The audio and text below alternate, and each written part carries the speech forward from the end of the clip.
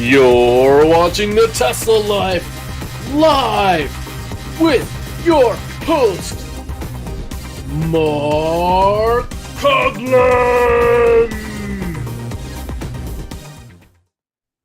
Hello, everybody, and welcome to the Tesla Life number 321 on this 23rd of August, 2023.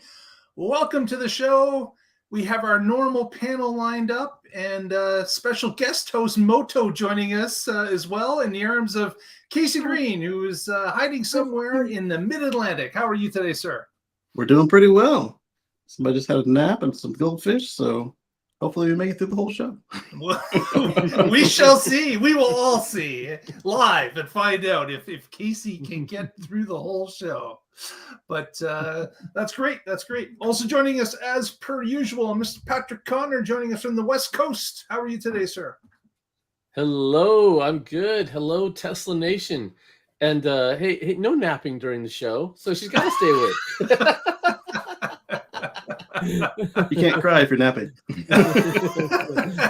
This is Good true. point. Good choice. Good point. Oh, you taking some from mine and put it in your bowl? Okay, here we go.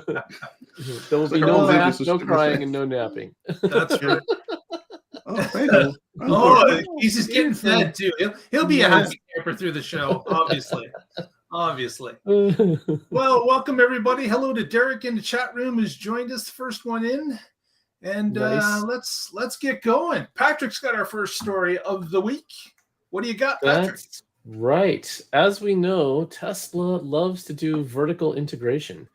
And well, one of the things that they're trying out, or looks like they're going to be trying out, is car rentals. And they're going to be starting this in Texas. They're planning to enter the rental space with a small pilot program. It looks like they are going to be targeting airports and there were collision sites. So if you have need a rental car in Texas, you might soon be able to rent a Tesla, and not just from Hertz, but from Tesla directly. They are hiring. They Sawyer Merritt posted the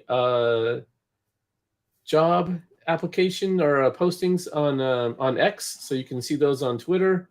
And it looks like they are, if this goes well, it'll be like insurance, right? They rolled that out in one state and said, yes, that's working. So if this pilot goes well, we might see a lot more of this. I could definitely see the connection between their collision centers and having a rental agency rolled in to the collision center. It would make things very easy because they're the insurance company anyways. And if it's covered under your insurance package, why would they not rent from themselves? And it just makes perfect sense. Yeah, it costs them less. Does. It would give them extra pressure to actually get the repairs done in a timely fashion. And it'd also give them pressure to get the right amount of cars in their fleet. And of course, Derek has an ideal name for them in the chat. Tesla Prize. and since they used to rent from Enterprise for their non-fleet loaners, that might give them a little bit of an issue when it comes time to dealing with their former supplier. Yeah, it could, and if this could ruffle feathers with others like Hertz, who's bought 200,000 cars or 150,000 cars from them eventually. But if they roll it out in the collision centers, I can't see it ruffling too much feathers. But as Patrick has mentioned, they've also talked about Austin's airport. And that, of course, is the domain of Hertz and Budget, and all of them reside at the airport. So that will be interesting to see how that works out. So, but really, if a rental company wants to have the most effective electric car on the road, what choice do they have? They're going to have to buy them from Tesla if they want that easy user experience. That plug and go basically when it comes to charging. So. Right, because like when my sister went out and she wanted to rent an electric car, he said, "Hey, give me the electric car." And the lady's like, "Do you know how to use it?" Never mind. Do you use an EV before? like she got the TE out and then had to correct herself, and so they had no trunk. The ease of use wasn't really quite there, and and it was just not a pleasant experience for them all around. And then the charging story was even worse. They had to actually, how you prepay for your fuel. They had to do that because Electrify America was just not anywhere near where they were going. And not just Electrify America, but they are the bigger ones. So if they're not there, then good luck finding the smaller ones. Yeah. I have no doubt that, any of the three of us could actually do it in another rental car, like any other electric car. We'd be able to figure it out because we've already done it with other cars in the past. It wasn't all that pleasant, but we've gotten through it. But if you're talking about someone that's maybe going to try an electric car for the first time, man, bad experience. Really leave a bad taste in your mouth if you can't figure out the charging infrastructure that's out there, or if you get to one and it's broken and you're going, no time left, I have to bring it back to the airport now so I can catch my flight. You do not want to be in that position. Exactly. Right. Yeah, ask Jim Farley on his recent road trips. Yeah. That's why they switched to NACS. And then they were the first big domino to fall, and that's the whole rest of the industry has followed because of that. Absolutely. Did you see that interview that Ryan did over the kilowatts? No, I haven't seen it. I did not. What was that about? 9 minutes in vertical format for some reason, but it was a really good interview. And then, like, in the middle of it, like, there was like a pack of race cars that went through. But they were ice cars, so they're talking over it and trying to. It was like, but he pointed out, it was a good symbiosis, and that would really they were the original ones that Tesla was talking. Maybe they were the ones that Tesla was talking to, and then or that Ford was talking earlier when we heard there was a big OEM talking to Tesla. It was them, and then they kind of faded out. And then when the IRA money came up, they said, "Hey, Tesla, wouldn't it be nice to be able to claim some of that money?" Let's work up on this. Yeah. Yeah, cool. One of the things that way back when, Tesla's plan was to have the loaners be the latest and greatest. And then if you liked your loaner, you could just say, hey, I want to buy this car and trade in the one you guys are repairing right now. And so sometimes they still do that. Really? Okay, yeah. I didn't know they had ever done it. We got a plaid loaner the other day. He's like, okay, I can return this thing. Yeah, so that's interesting because the loaners that I've got have always been in Model S's. Model S's, older, and also speed limited. It's not quite valet mode, but it is capped. So even if you had a plaid, I mean, if they cap it, the performance, it's not really in plaid mode at that time, so you can't really enjoy it fully. But if they are doing rentals, those are not going to be 2016 Model S's, right? Those are going to be much newer, and so maybe that gives them a chance to bring that back. I'd probably not be plaids with plaid mode enabled either. That's true. They would not be plaid, yeah.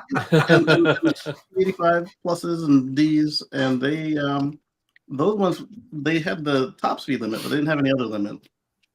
And then I had some where they forgot to tell them that they were Tesla fleet cars, and those were really fun because they behave like my own. Well, Patrick had segued Casey, and he didn't even hear it because he said about NACS. That was a perfect segue into the next story. So you guys might remember I had a theory about this next company and when they were going to join the NACS. They're getting GM to build their vehicles, right? So I'm going to have to vacuum this whole place. You're throwing cereal over Yeah, crackers and a little kid. You got a vacuum. Yep. Yeah. So the Honda Prologue and the Acura ZDX, and he knows whatever else they're bad engineering with GM.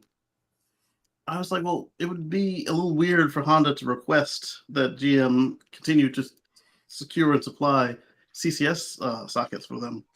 Mm-hmm. And Honda did the whiz-bangery. They announced the ZDX, and then very quietly on some blog somewhere, they announced, oh, by the way, GM's going to NACS, so are we.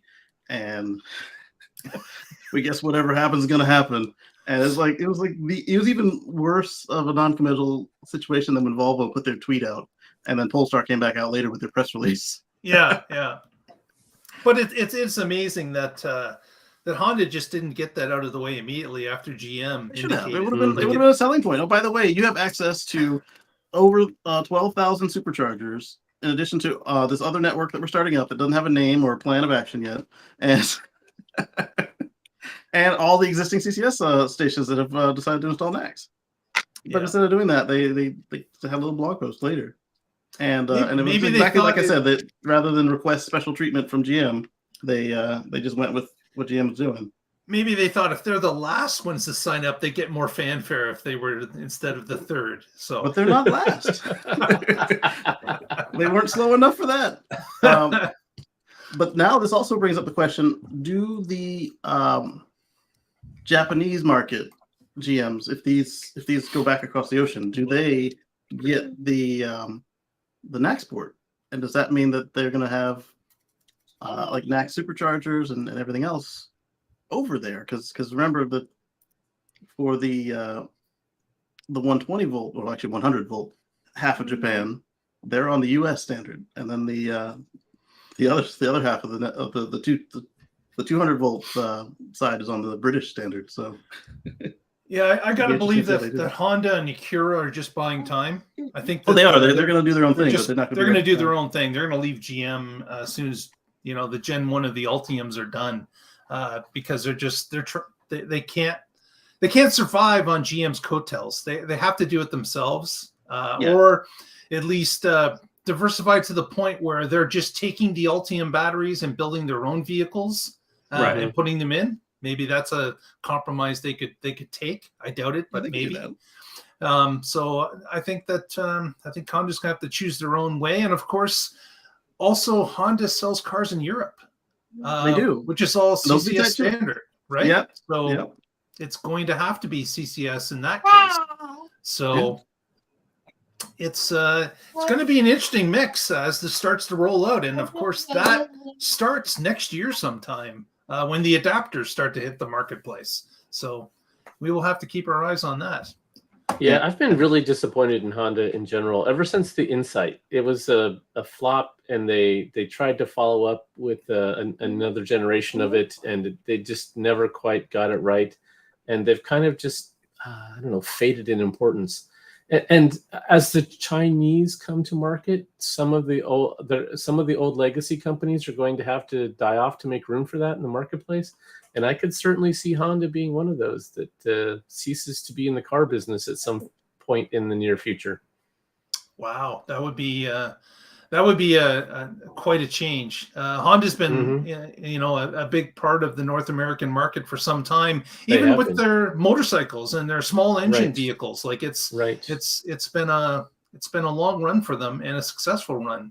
But you're right. If the slow to move, slow to move, may get run over. They're a waste of time on hydrogen, and then that time that Panasonic gave Toyota the better batteries, and the Honda Civic hybrids ended up with the B stock, and they all started to run out. And yes, there was a difference between prismatic and cylindrical. However, Toyota was getting the A materials and Honda was getting the B materials, and so their cylindrical cells were, in addition to not having the greatest cooling, they didn't have that much to start with, and so you had a lot of Civic hybrids fail. Like Patrick mentioned, some of the first and second gen Insights, they had battery failures, and then Honda said, "Yeah, we're going to stop hybrids, and we don't believe in EVs." And then they did the fit plug-in lease for like a second, and you couldn't buy the lease out because it was a compliance car. Yeah, they've been on a bad path for heading into the future. Yeah, right. Let's ask if anybody's received a Tesla update twice a single week. I've received them back to back in the same day. Man, talk about one-upmanship. You can tough to take that, Derek. Yeah, exactly. That one was weird. Typically, the closest I'd seen. I installed one, went inside, and had to press the button a second time before I got my house. Right, and that was before you could do it from the app. Oh yeah. You go back out to the garage. Right. Very good. Hello, June. Thanks for joining. Next story I wanted to just touch upon is the advance of the V4. So V4 Superchargers are now moved into a station in the UK and in Norway. So they are advancing further in Europe. I think the first one was Netherlands, and it has now gone into, I think we're up to 7 countries now in Europe that have received at least one V4. So it is marching on. Yet to see one in North America, though, which is kind of curious. I thought for sure that we would get at least one. And I was thinking, somewhere where the CyberTruck is going to be prevalent, maybe Texas. I thought that would be the first one. But I'm figuring it's going to be either one. CyberTruck adjacent, or it's a chip they're using to get the last 3 holdouts on their 1,000-volt garbage. Not that the 1,000 volt is bad, just like your customers are asking for it. Just put it on there, and then if they're saying it's slow, then you have to explain why your up converter is terrible. But they might not know in time. Yep. So these are all CCS, right? In Norway. Yeah, they're all CCS. Yep. All CCS. Yeah. So next, we got a little flack from the Tesla community, and Patrick's got a story about why we maybe got a little flack about posting a certain article. So this comes to us from Not a Tesla App, and the title is, Should Tesla Phase Out Its Model X for the Model Y and Incoming Cybertruck?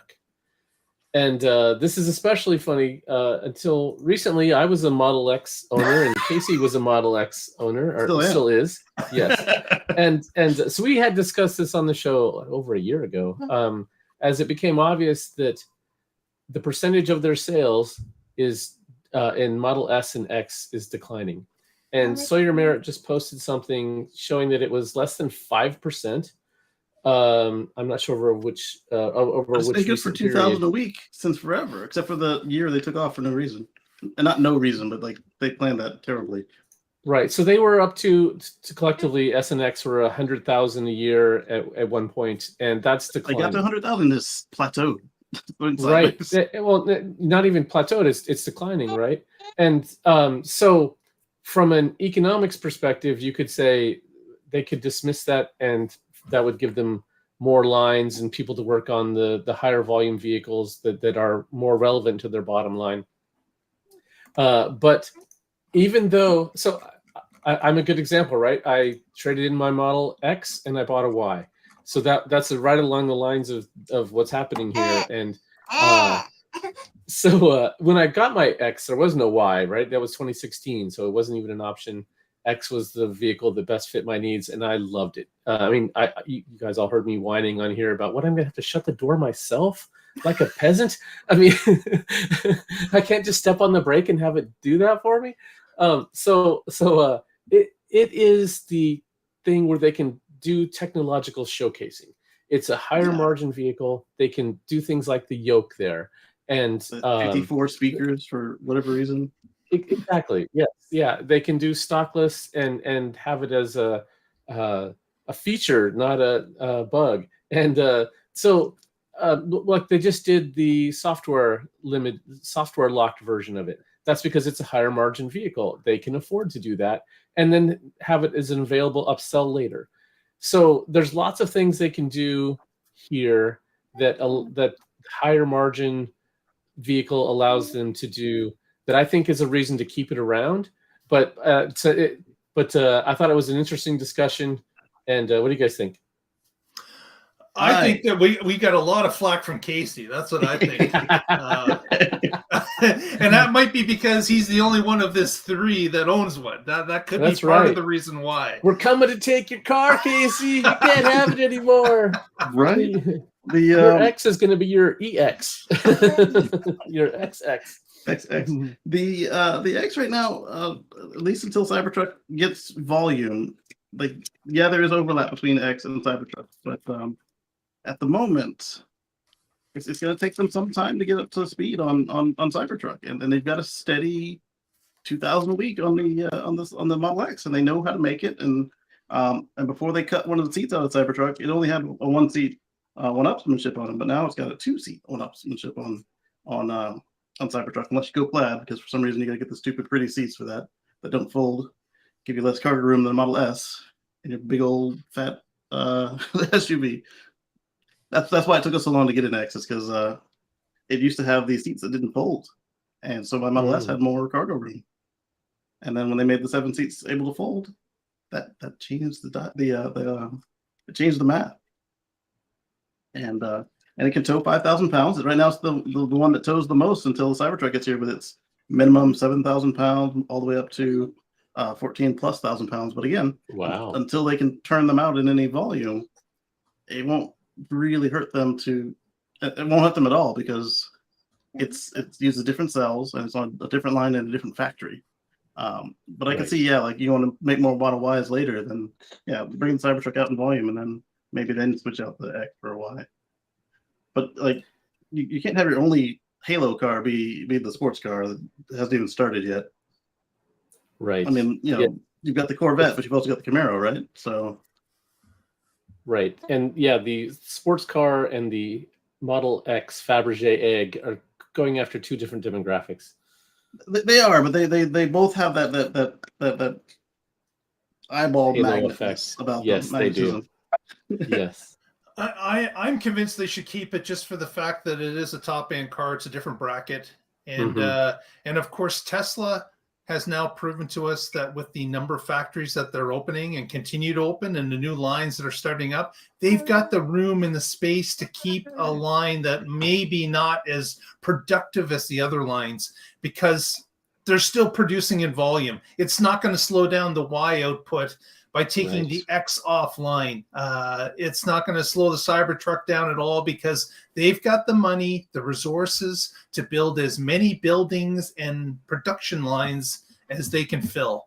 So I think they should keep it. Keep it. I would say the only thing to trade off for on the X would be if you needed more plaids or Palladium S sedans because they're already on the same line. Everybody on that line knows how to build both. So. Adjust that mix if you need to. But. Yeah. Especially, and that's another reason. If they're built on the same line, they're not going to stop production of the S. So you know what? They're already trained. Everybody knows how to build both. Then you're just going to build a little bit less of one. Big deal. Right. Keep building the S's. Yeah. So. Well, and when you look at it, the X is just even still today. The X is just a fat S. That can't turn as well in reverse. With cool doors. with cool doors and a better seating and it can tow in America. I understand that the S can tow in Europe. I don't know if it can tow here. Everything but the Model 3 can tow outside the US to varying levels. Well, next we got a bit of a photograph that we found on the internet. And it is, we believe, a new photo of a Highland rim or wheel, as they now call them. That looks nice. So, and there has been some speculation about the Model 3 Highland, Project Highland, is that there may be some differences on the exterior from performance to the long range. So what will they be? There might be a difference, but I would say it's not going to be this wheel. My guess is that this wheel will go on all vehicles that are 18-inch because of course it is an 18-inch rim based on what's beside it here. Right. And of course, if it was a higher end rim, they would definitely be a 19-inch. So I have a feeling that this is going to be the standard rim for all Model 3s that choose an 18-inch package. A 19 or a 20 even. Because I think the 19 is just the step-up wheel. The sports wheel is I think 20. So on the left here in this photo is the current Model 3 wheel, and on the right is what we think is the new one? Yeah. And this is the one that I have on my car. I've got the 18-inch, and it's definitely my rim. And this one is the new one. Yours, like the 2021 refresh one. I love the organic look of that. It's like tree branches. That's pretty cool. It looks heavier. It looks like there's more spokes. Yeah, the spokes look. It looks like there's more metal in there compared to this, a little thinner. Yeah, but so that's going to be interesting to see if Highland does come out with those standard 18-inch rims going forward. And will it have an aero cover? Look at all those behind Mark over there. Right. will it have one of those? And yeah, so like in 2021, was it right that they made the edges of those a little more crispy? Yeah. Yeah. So I think they did something to the under the wheel at that point, or it was just the lighting. in that photo. No, you can't have Coke, baby.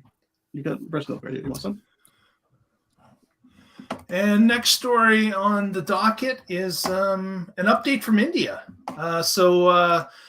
There was a Model Y spotted in an Indian testing facility. So this has led to some rumors about an imminent launch of Model Ys in India. That's not the case. But of course, in order for you to sell vehicles in any given country, you do have to get them tested typically by some sort of Department of Transport sanctioning body. And I believe that's what's going on in India as they check out a few Model Ys to make sure that everything is going to be okay for on-the-road use in India. But and we learned about this a little bit a couple of years ago when Tesla was interested in India. There was the Supercharger installs that happened at a certain city, and there was a test fleet of Model Ys there. But I don't believe they had to go through this particular testing because they were just there on a some sort of a visa program where they were testing them out, not necessarily going to be selling them yet. But now with this testing at an official Indian DOT of sorts, maybe that's the case, that they need to get those approvals ahead of time before they can start shipping some vehicles to India for sale. Even though the tax in India for an imported car is prohibitive, it may be the start that Tesla is going to do that anyways, because maybe they plan to announce a factory of sorts. Maybe that's going to help with that. Maybe it doesn't in the short term. Maybe it does. We'll have to see. But that's the news we're getting from India today. Yeah, there were a lot of people jumping to conclusions. A little bit of data, a lot of conclusions. That's not conclusions, Matt. Yes, they were playing hopscotch on the jump to conclusions, Matt. I think a lot of that's hopeful thinking, wishful thinking, especially when it wasn't clear to me that it sounds like this was actually in a Indian car company's car test facility, not some official state testing. And if that's the case, I would assume that they just bought one to do competitive analysis or to do their own benchmarking against. Yeah, Again, now I'm jumping to conclusions, but at least I know that would be, just as likely as any other thing. So let's not jump to either conclusion until we have more data. Yeah, like Musk had kind of lit the fire under this when he had indicated that Tesla was going to do something in India as soon as possible. But it's when has Musk ever jumped ahead of the cart before? So it's obviously that's what he does. Numerous times. 2 weeks. So it's something that he does. Of course, we've gotten many people on our Twitter feed, which is at the Tesla Life, if you want to follow us there, have asked us, when do you think sales of Teslas will begin in India? And it's like, you know what? Your guess is good as mine at this point. I really don't know. There's a lot of talk about it, but we're not seeing a great deal of action on the outside. Not too many leaks about where they're at in that game plan. So we'll have to see. They were at a stalemate for a while where Tesla wanted to start selling there to test the market, and India said, no, build a factory here, and then we'll let you sell. And so that's where they were butting heads. And so it'd be nice if that was resolved so they could actually do something there. Part of the problem was they said, yeah, you can sell to try your market at 100% import tax. Yeah, right. Yeah, 100% tax is not going to fly. There's not. And they're like, how are we going to determine anything with that? With the car costing twice as much as it really will? Right. Tells us nothing. What experiment is that? They're just going to, maybe a billionaire or two might buy a couple, but right, but that's still no control. I mean, all right, we have a market for billionaires, and then you actually get it out there at a real price, and it's like, oh crap, we don't have enough of these things. Yeah. I got to believe that Tesla does build some sort of plant in India. It's going to be along the lines of they would try to put in the car that's going to be built in Mexico as well. They're going to have to get a lower cost option to enter the Indian market to be successful in volume. Maybe makes this is sense. where we see that that variance for each market thing that they were talking about that didn't Right. seem to make any sense at the time that they were saying it. But Right. So there's a Model $25,000 car with maybe a couple different body styles, and but they're Interior. using a similar underpinning. So it just becomes the ability of an outer shell in different continents or different regional areas. Possibly. And then a lot of car companies have played the game of doing final assembly in a country, and so they could build a facility where, okay, we put the headlights in here and then we ship them, or whatever the minimum requirement is. And I'm sure the Indian government would want more than that, but that is something that a lot of companies have done to get around those kinds of rules. yeah, the English Tesla factory was that until they shut it down. That's right. Right. Yeah. Eventually, people catch on, and the rules get changed. So Right. Yeah, but when you change the rules, you put people out of jobs. All those people well, in England. and that is some of the consequences. Absolutely. Next story. Let's go with. There was a photo that was uploaded that we can share here, I believe. Let's go to share. Boom. We've got a new shipment of Teslas have arrived in Western Australia. Over 700 were delivered. The photo is this one photo only holds over 400, but there's another 300 somewhere on the docks. But Australia, as we have discussed in the past, has been a little bit of a slow laggard to the electrification game. We know that Tesla has been coal. You got to bail everything to them by boat. They know that of course Tesla has helped them out with that electrification project with the Megapacks in that was Central Australia, I believe. South Australia, maybe? South Australia, yeah. Yeah, South. And that was highly successful. In fact, so successful they doubled the plant size, and they're continuing to make huge payments down on that. It's been profitable for the electric company that got involved with it. The first large one to ever be installed. And and Australia has had a government that really has not been pushing electric vehicles at all. But the government has changed a little bit its stance, and now they're starting to warm up to some electric vehicle options. And Tesla's increase in sales has been kind of following the Australian government's transformation. So we may think 700 cars, who cares? That's a small amount. For Tesla. Don't you know, Mark? I have to be able to go out in the bush and cross a small fjord, and the last 300 miles of my commute is unpaved, and we don't have electricity everywhere, and let alone charging stations. This is not everybody in Australia. You have a fjord? My gosh! Apparently, all of my Australian interactions are like rich people in the bush. That also don't have electricity. It is a big country, but you know what? Most people live in urban centers anyways. Right. And of course, electric cars may not be good for the entire population, but they're definitely good for the majority. So they may not be perfect for a ranch owner who doesn't actually farm, but they do work for other people. Yeah. Yeah, exactly. It doesn't have to be the perfect vehicle for everyone to have a market. Absolutely not. So what you saw all those cars out there. I want to ask people in the chat, what do you call a group of Teslas? And how many does a boat hold? A ship.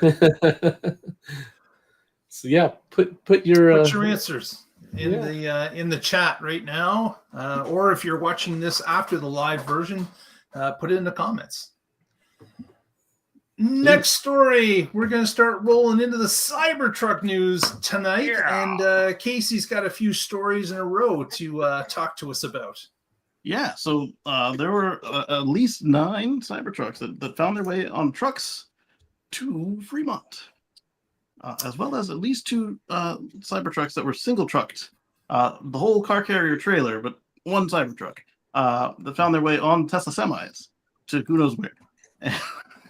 And then the rest of them were doubling and tripling it up to various parts of the country on regular fossil trucks. And that's always pretty cool. And there's the photo I was looking for. while they were on, of course, they're well hidden. No one could really distinguish them until that. What are those? Yeah. So then, while the 9 were on their way to California, Chip decided they wanted to see. And tell the people out there that aren't familiar, what is a CHP? Oh, okay. California Highway Patrol.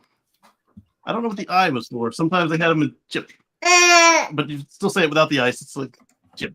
Yeah, I don't think there actually was an I. That's why it was lowercase. It's just that CHP. It's close enough that we just said, yeah. But they took a picture of a shipment and they're like, what the heck is this thing? It's being shipped. It's silver. It doesn't have any markings on it. So Musk's whole thing about the truck being its own brand didn't seem to go as well. Driving billboard. Right. I mean, it will be eventually once people know what it is, but will they associate that same thing with the Model Y? Who knows? So they took this picture and sent it out on their Facebook, I believe it was, asking what the heck are these? And a couple of their viewers knew instantly because they're on the waiting list, and they were informed. But isn't that crazy that and I guess it's because we're so involved with the Tesla community at this point. We've been watching and waiting for this truck to actually be produced now for many years, and it's something that we're just so accustomed to. But this is going to be a shock to the system, to the normal person out there that's not following Tesla. In fact, many people have even indicated they thought the Tesla CyberTruck has been canceled. Because it's taken so long and there's been no news about it. Well, not just that, but also they subscribe to people who lie to them. And true. Those two things combined allow them to believe such a thing. I wouldn't think that the official CHP social media feeds would be trolling, but they were trolling. they knew what it was. They just wanted engagement. Oh, what is this? Oh, you know what though? You know what, that would be the pretending they don't know what it is might allow them to get around any sort of social media bans they might have had about that. Oh, right. It was just the Buttonwillow office. Right. If they pretend they don't know what it is, then they can post, right? Exactly. Yes. If they were promoting some brand, they could get in trouble. But if they instead just go, wow, what could that be? They can post all they want.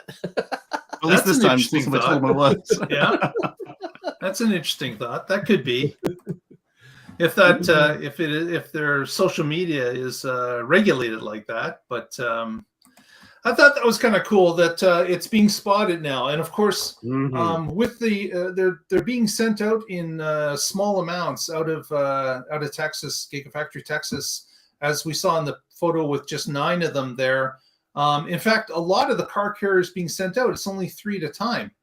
Just recently, I did see a car carrier that had 6 of them loaded. So that's the first one I saw where they actually had Cybertrucks on the bottom level as well as the top level. So I was beginning to think that maybe they didn't fit because there just wasn't any photos of that. But now I saw one with 4. I didn't see the one with 6. That's pretty cool. So now they're obviously they can fit them. They're going to start to roll out, but besides doing maybe crash testing, maybe doing some speed testing, is there any reason to send groups of 4 or 5 or 6 to different places? You got all kinds of tests to do: photo shoots, fuel economy test, crash test. I don't think you have to get the blessings from any insurance companies, but it might make things easier on your customers. And then of course you've got all your, Tesla's a very big company. They've got offices in Michigan and California, Texas, all of New York, and more. So the more of them they can roll out, the more of these tests they can do in parallel, the more data they can get, the more they can refine it before final production.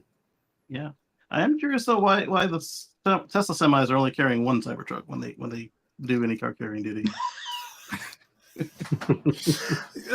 That is kind of curious. Why it would just be one, but that also could be, that only certain ones are production ready, right? We've got others that have been made that have been built for special purposes, and they know they're not release candidates. They're for other reasons. So that could be just transporting one of those and not necessarily having to move more than one at any given time.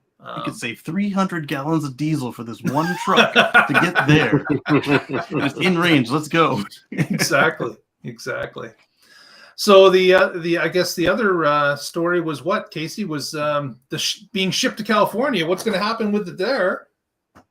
Oh yeah, we don't know what's going to happen with it there because is it for executives? Is it for a launch party? Is there going to be a simultaneous launch party all over the country? But we definitely got to see it on a test track. That's right. So took it to Fremont, put it on the test track, and let it do some laps.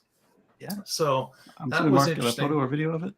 I've got a video. I'm sorry. I've got a photo of it. Here we go. You got to think that Austin's got to have a test track, even if it's indoors, because they've got a freaking what's it called? The swim trench. That's right, the swimming trench. Yeah. How would you have that in immersion? Immersion trench, yes. Mm-hmm. Where are you going, baby? Those tires look huge. Yeah, they do. They really look large on that one. Well, maybe, maybe this is the 50-inch special package, but 35 inches, man, looks really large. The shadows on this, just incredible. Again, it looks like a video game. I'm excited. Mm-hmm. Can they do a delivery event in Texas because they're not allowed to deliver vehicles in Texas, right? Well, they did the Model Y thing when they had the employees only structural pack. And they did an event where they handed over keys. No, they haven't handed over any keys in Texas yet. Oh, you're right. Right. So they meant not hand over keys. But there was a party for it. I don't know what they called it versus the Fremont. They can have an unveiling, which is different from an unveiling event is different from a delivery event. So you said simulcast. So I wonder if they would have events in California and Texas at the same time and have the video going back and forth. They can do a big unveil of the final version and in Texas, do that part there, and then have key handover happening in California or something. Yeah, we'll find out next month, I hope. Well, we know they did one every Gigafactory with the earnings calls and everything that's corporate happening in Texas.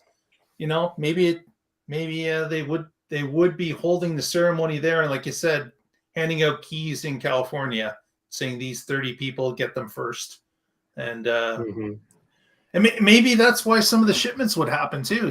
Maybe ship a bunch to California, put 50 on a truck, get them over there, and get ready for an event to be given out. And of course, all the happy people in Texas that wanted to pick up that truck, they'd be all bused to Oklahoma so they could pick them up there.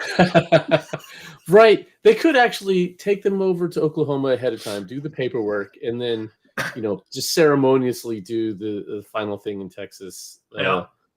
So yeah, there's ways that's what they did with those Model Ys, because those people were getting their cars for the first time, even if they didn't get the keys right then and there. Mm-hmm. Yeah, and Derek's asking about the crash test. Yes, it could be definitely for a crash test, and he's asking for the droid footage of the crash. I think they have the video's done. Tesla has it in their position. There was a few months ago. They just cut us off with the that's right, as they called it. They were showing that the Tesla truck just came up to the wall, and that's where the footage stopped, in a half-inch from the wall. But definitely, we're probably going to get that released soon. Because the crash tests have been done. The video's out. Our Tesla has it in their possession anyways. So we'll see that eventually. We'll see that the truck just blows through that wall and doesn't even have a dent. That's what we'll see. It's out in the parking lot because it went through the wall and the building, and now it's out in the parking lot. So right, yes, there are so many people assuming that this is going to be a death machine. If anything's in front of it, you're just going to destroy it. That is so far from the truth. Tesla makes the safest vehicles on the road. This one's not going to be different. It's going to have crumple zones exactly where it needs to, so that it crumples in a predictable way to make it safe. So I can't wait to see that footage, though. It will be very exciting. Already showed us it's got Sorb engineering in there. Like they'll shear the wheel off, and it's got Yes. crumple zones. So to think that the company that made the four safest cars in the world in every subcategory for years running would all of a sudden just say, we don't need to worry about that safety stuff. Right. We're gonna make this truck tough. We want a death machine on the roads. That's what we want. That's right. Yeah. Next, Patrick's got a story from Texas. What's going on in Texas? That's Y'all. right. Y'all, the town of Kyle, Texas had this really clever plan.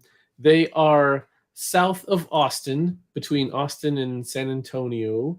And their plan was, hey, Tesla's there. There's going to be a lot of their suppliers and other companies supporting Tesla, and they're going to need some space.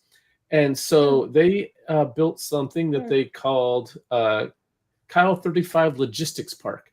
So Kyle is on Interstate 35, and so it's huge. They have, let's see what it says here. They have 5 state-of-the-art logistic facilities ranging from 140,000 square feet up to 475 square feet. So they, with this plan to attract Tesla suppliers, they were disappointed that they didn't get any Tesla suppliers. But what did they get? They got Tesla. So, so Tesla has this new facility here, and we don't know exactly what they're going to be using it for. But with the over 1 million square feet and all the facility together available, they could be doing a lot of stuff there. And it's especially interesting that Tesla already has a large site in Austin. But if you want to stage stuff for transport or just-in-time delivery or whatever, having a logistics center to help you get all that done can be exactly what they need for feeding the factory or getting stuff out of there. So anyway, I thought that was kind of interesting how, hey, whoops, it didn't work the way we wanted, but yay! we still won. Yeah. Yeah. So that's kind of cool. And again, we've been talking about this Tesla distribution center phase that they've been in for quite some time. St. Louis, upstate New York, California, Nevada, and now this one here, Michigan.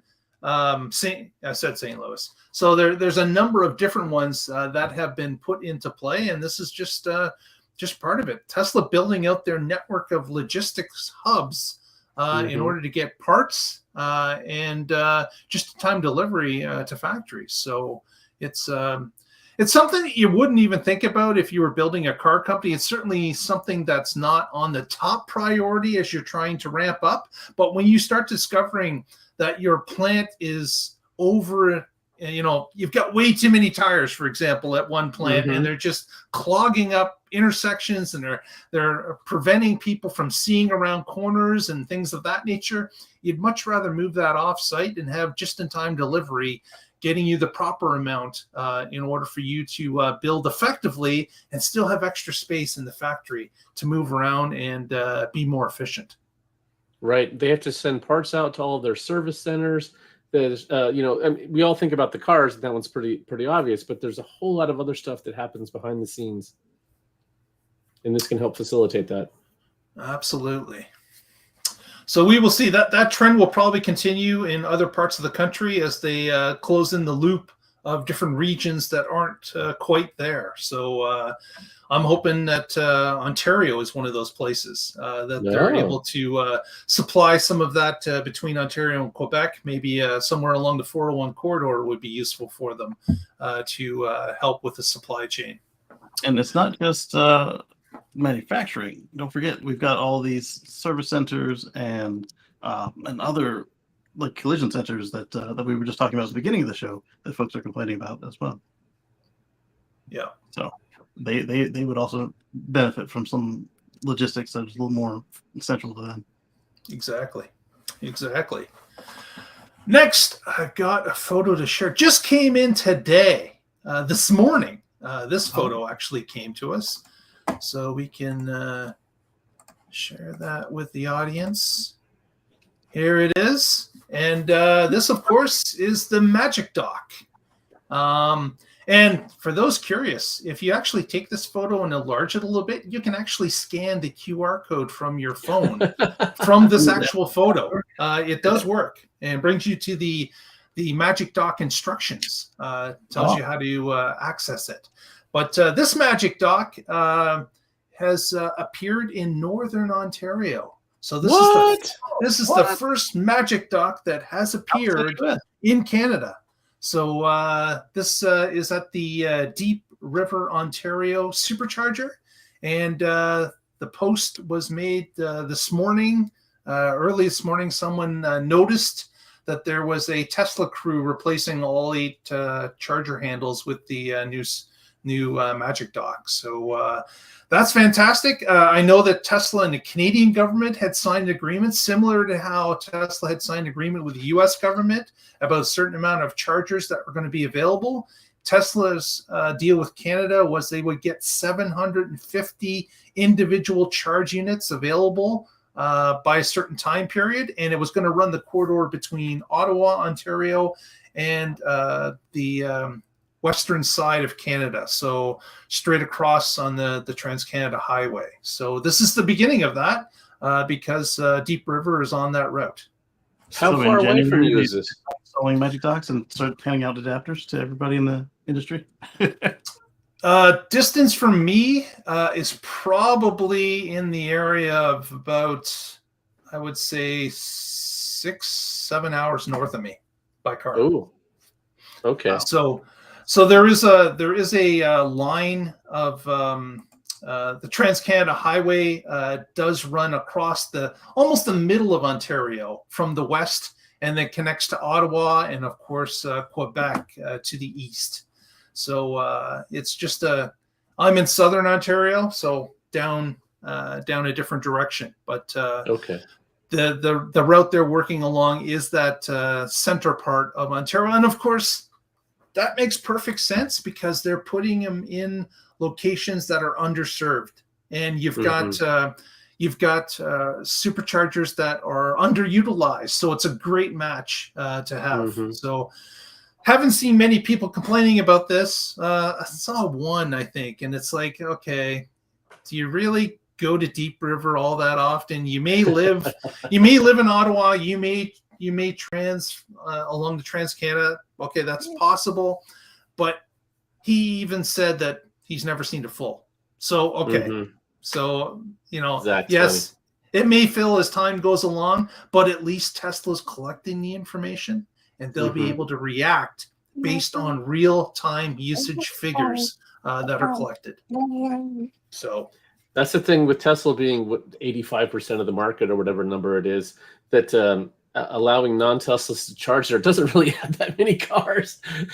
Yeah, it's not like you're doubling the use, right? Yeah, exactly. I think they're at 70%. So it's something that you're only adding 30% that's left, and how many of them are traveling on the routes? It's but again, I think the real win here is that they're collecting the data. That they will be able, if something does change in the overall statistics, they will have it first. Yes, in real time, they will know, and they will schedule another expansion or another nearby station. And if it has MagicDock, or if NACS is even more the standard accepted, then it also would qualify for whatever incentives the government or region might have. Narrator reads aloud text on the screen. Casey's computer's talking to him. Yeah. Do you want to play a game? Maybe got Windows accessibility on the work computer. Quick, pull the plug! Not the Whopper.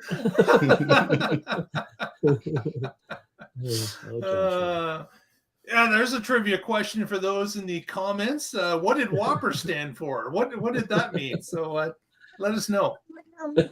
Oh, you know what Whopper stands for? Okay. Not the Burger King Whopper, the Whopper from the movie. It stands for flame broiling. The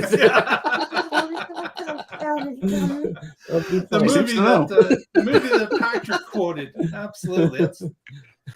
And if you don't know what Whopper stand for, what movie was Patrick quoting? Another trivia question. You got that one. That's an easy one. Yeah. But with that, I think we've about covered the news of the week. Let's go to some shout outs. Patrick, what do you got for us? Well, I left a cliffhanger last week on the show of my solar was back on the roof, but there was no grounding strap. What's going to happen? and so, like I said, I'd opened a ticket with Tesla to say, hey, can you guys come put that grounding strap on? That kind of seems like something important. And they got back to me and they said it's not required and that the codes have changed and it's no longer required. And I had the same concerns that I mentioned on the show last week. Well, it was there before. This was a remove and reinstall, not a redesign. So you should reinstall it. And they pretty much said, no, we're not going to do that. And this had me concerned because it was obviously an afterthought because I pointed out, hey, what are you guys going to do about that? And since we had two solar systems on a roof, one Tesla, one non-Tesla, the other one was worked on by these guys, SunPath. And so I emailed SunPath and I said, this is what Tesla's telling me. What do you think of that? And he gave me the same answer Tesla did, but in a much more customer-friendly way. And I think that this was the real problem here was just the communications. Yeah, and that's never been their strong suit in any division. Yeah, exactly. Yeah. I mean, we talked about it last week, and Casey joked, "What they do? Just cut it and leave?" And I'm like, "Yes, they did. No, that is not how you handle that situation." And so, Chet from SunPath explained to me how that used to be required for code. It was a ground that just went to the mounting rails. It was absolutely not required. It was just something that got shoved into the code to make solar more difficult by some anti-solar people, and that it has not been code for several years, and it hasn't caused any additional problems. And so it's fine to have it without that. And I think mine still has it. Oh, okay. Yeah. So, and I'm sure this varies by state or maybe even by county because they all have slightly different regulations for things like this and what's required to get a permit. And so now I feel a whole lot better about it than I did when I was just like, you guys forgot this. the crew on the ground could have said that simply, and you would be like, okay, and then you would have looked it up, but at least you would be like, oh, yeah, okay, there's a reason. Right. And it was difficult to look it up because when I was looking for this stuff, I was finding all these things that say grounds are required. Well, of course, it still has a ground through the solar panels, and that's run through the conduit. This was a separate standalone ground.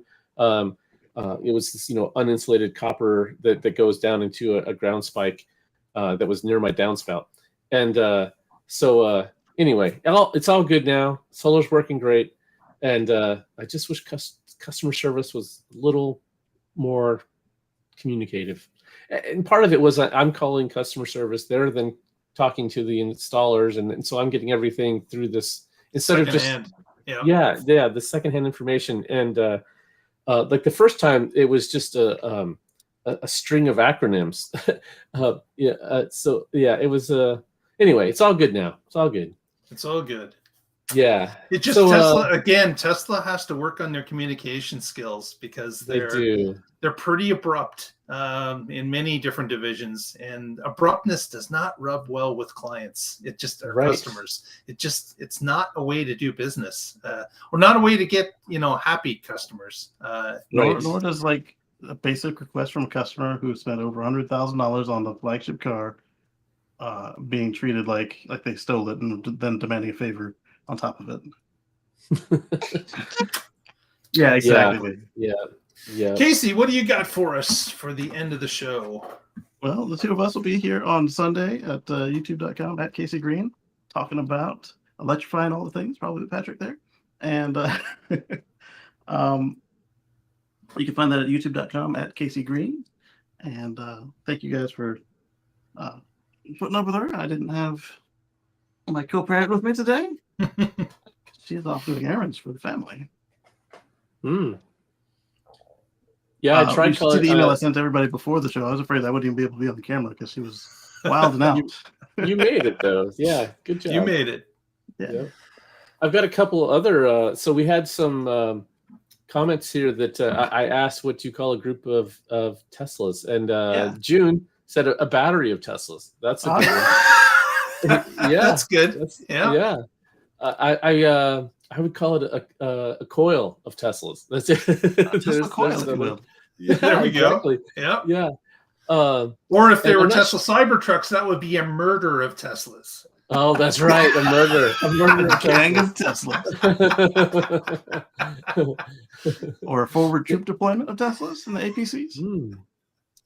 A flock of future free from fossil fuel vehicles. There we go. Derek has an FFFF load. We need to make like an icon for that when they give us icons. People use it as an emote. An F load of Teslas, but we know what that means. Yeah, we know what that means. Yeah.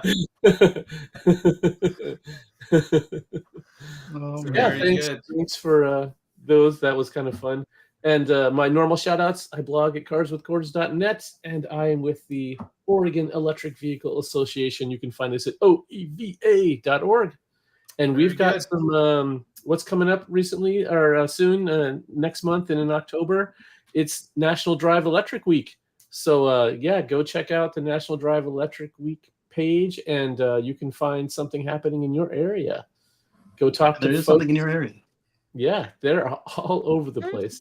And it started out as National Drive Electric Day, and then it went to a week, and now it's spreading out over 2 or 3 weeks, depending on what region you're on and what weather and when you can get a facility.